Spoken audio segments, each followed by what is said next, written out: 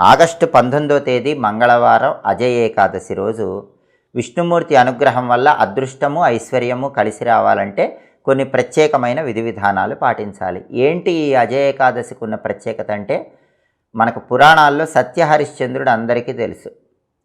సత్యం కోసం భార్యాబిడ్డల్ని వదిలిపెట్టాడు, కాటి కాపరయ్యాడు.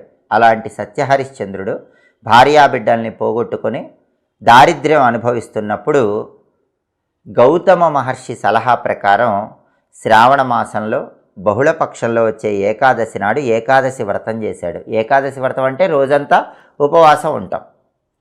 మర్నాడు ద్వాదశి రోజు ఆహారం తీసుకున్నాడు. ఈ ఏకాదశి వ్రతం చేయటం వల్ల ఈ సత్యహరిశ్చంద్రుడి కష్టాలన్నీ తొలగిపోయాయని, భార్యాబిడ్డలకు దగ్గరయ్యాడని, పోగొట్టుకున్న రాజ్యాన్ని కూడా మళ్ళీ తిరిగి పొందాడని పురాణాల్లో చెప్పారు. కాబట్టి అజయ ఏకాదశికి ఉన్న ప్రత్యేకత ఏంటంటే, ఎవరైనా జీవితంలో ముఖ్యమైనటువంటి